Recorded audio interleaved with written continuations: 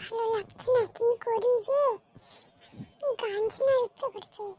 তাই আমার বন্ধুকে যে বলি একটা গান শুনাতে, তাহলে যদি গান শুনে দেয় তাহলে তো ভালো হবে।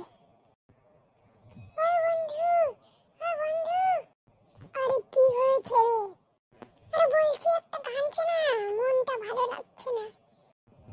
আচ্ছা গান শুনবি? ঠিক আছে শোনাচ্ছি তাহলে। শুনো শুন আমার হারামজাদি, আমি তোর হারামজাদা।